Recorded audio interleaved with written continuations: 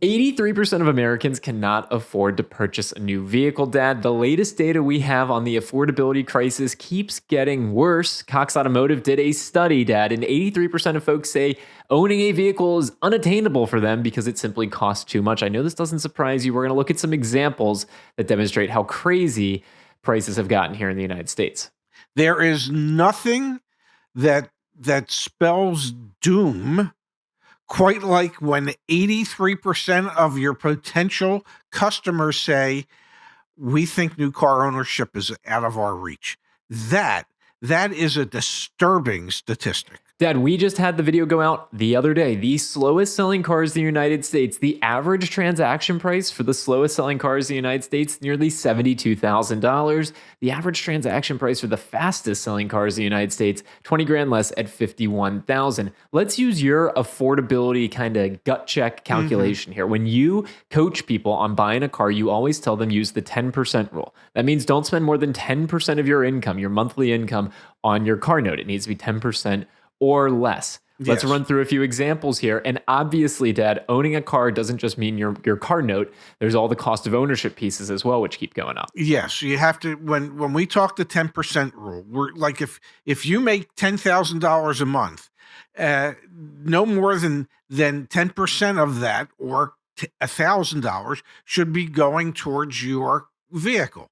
That has to include your car payment, that has to include your insurance, that has to include maintenance, that has to include gas. Okay, so fully no more. So if you're making $10,000 a month, that's $120,000 a year, ladies and gentlemen. Only $1,000 or less should be going towards your mode of transportation, which is what makes it so difficult for people to be able to afford a car today.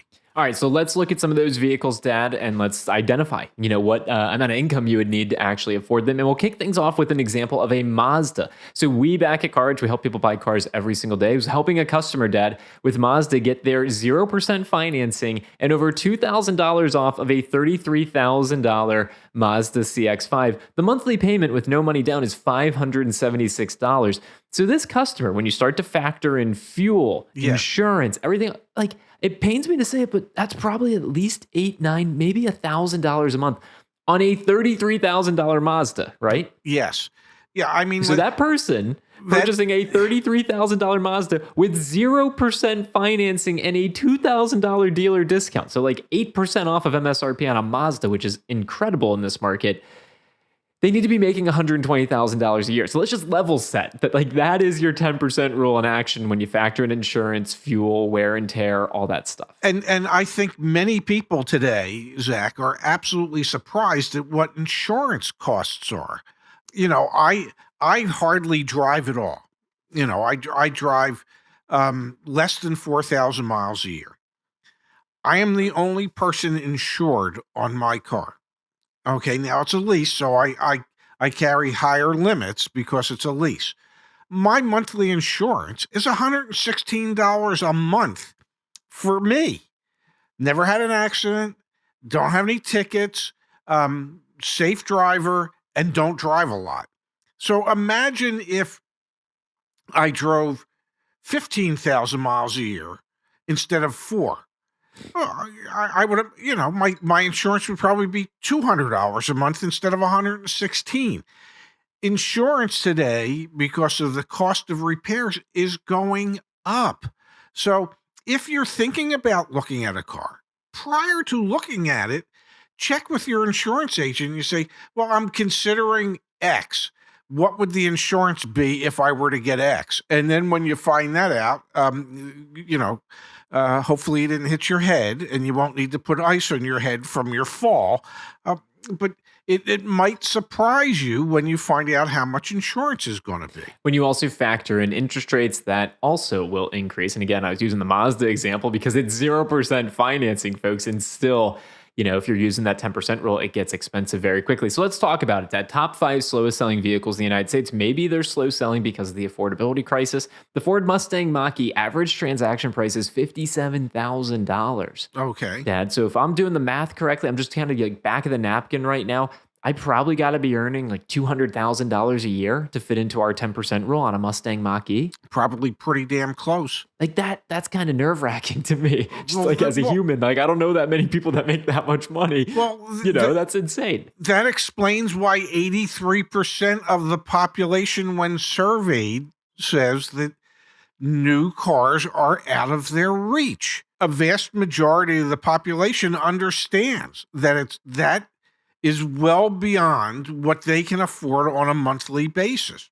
Even though it would be an electric vehicle and your fuel costs would be considerably lower, the cost of maintenance, which will be lower because it's an electric vehicle, but the cost of insuring it and the finance charges to finance it is what will make that unaffordable for the vast majority of people. So, Pops, I actually plugged it into our out the door price and monthly payment calculator back on CarEdge.com. So, if we were transacting at the average transaction price of $57,000 in the state of Alabama, with all our sales tax and everything, it'd be about $60,300 out the door price. 72 months at 7%. That might sound challenging to many of you out there. That would be below the average new car interest rate right now. No money down. I'm looking at a $1,028.06 a month car note, then insurance, then fuel, then wear and tear.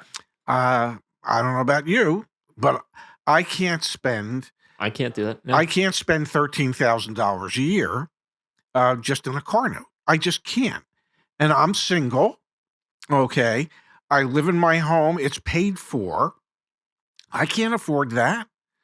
So how's an average person supposed to afford that? And last time I checked, I believe it was 18% of all automobile loans recently had a car payment of $1,000 or more.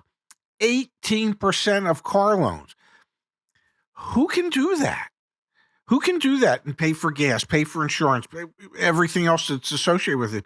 It is damn near impossible, which is why 83% of the public out there says a new car's out of reach. And it is a crisis. It absolutely is. Now, Dad, I want to put a chart in front of you. Back in 2017, 50%, 1 out of 2 new vehicles being purchased on the road was a sub $30,000 car.